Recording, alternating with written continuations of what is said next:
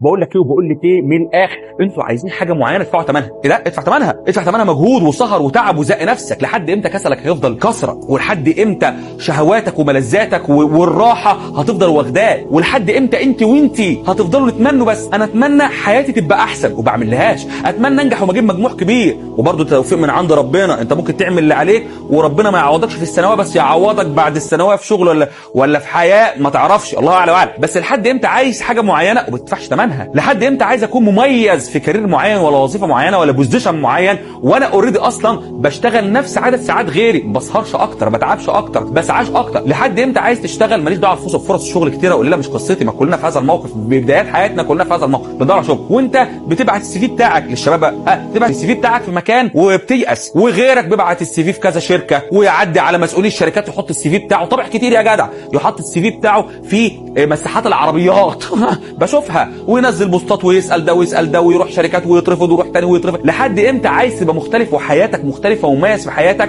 وكواليسك عايزها كلها راحه وانتخه؟ ازاي؟ رب الكون اللي حاطط القوانين هو كله توفيق وتيسير من عند ربنا، بس رب الكون اللي حاطط القوانين عايز يشوفك بتسعى يقوم ييسر لك، عايز يشوفك بتحاول وتحاول وتتعب وتحاول وتفشل وتقوم وتقع، عايز يجي يشوفك بتجيب اخرك ويفتح لك مره واحده. خد بقى رزق، خد توفيق. ضاقت فلما استحكمت حلقاتها فرجت وكنت اظنها لا تفرج. لما تضيق قوي اعرف انها تفرج قوي، بس لما تضيق قوي، لما تتعب شويه يا صاحبي، لما تتعب شويه، وكل ده في ميزان حسناتك. انت اصلا لو كل حاجه سهله بالنسبه لك هتبقى الحياه بالنسبه لك سهله وتافهه وملاش قيمه. اكبر نسبه انتحار في العالم بتكون في الدول المرفهه جدا، سويسرا ومش عارف فين وباريس ما مرفهين موفرين كل حاجه. انا مليت الحياه ايزي او سهله الى حد كبير، يعني مش قصتنا في تفاصيل، بس يعني نسب خش وسرج. طيب الواحد بقى لما يدفع ثمن حاجه او يحاول، هنا المتعه. لا يا عم انا عايزها جاهزه على عيني وراسي، بس المتعه باحساس بنفسك. افهم المتعه، وكمان وانت اصلا عندك ابتلاءات وتعبان وبتزق نفسك في حاجه شبه كده، ولا بتزق نفسك او بتزق ظروف اسريه او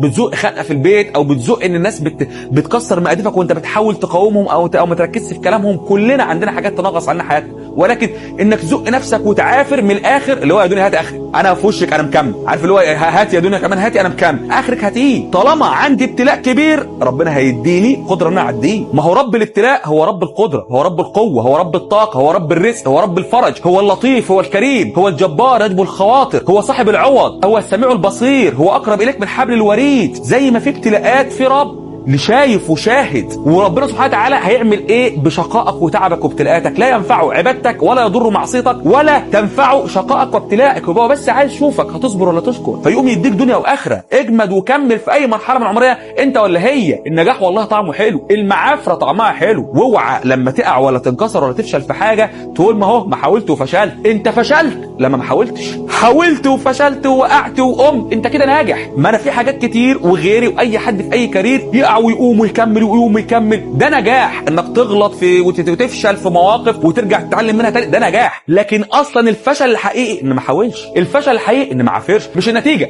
انت مسؤول عن السعي زي ما قلت قبل كده، مش مسؤول عن النتيجه. فانت اسمك فشلت لو انت ما حاولتش، بس دي كل القصه. المهم يا رب تكون وجهه نظري وصلت، ويا رب تكون الناس استفادت بحاجه بجد، لان ده واقع.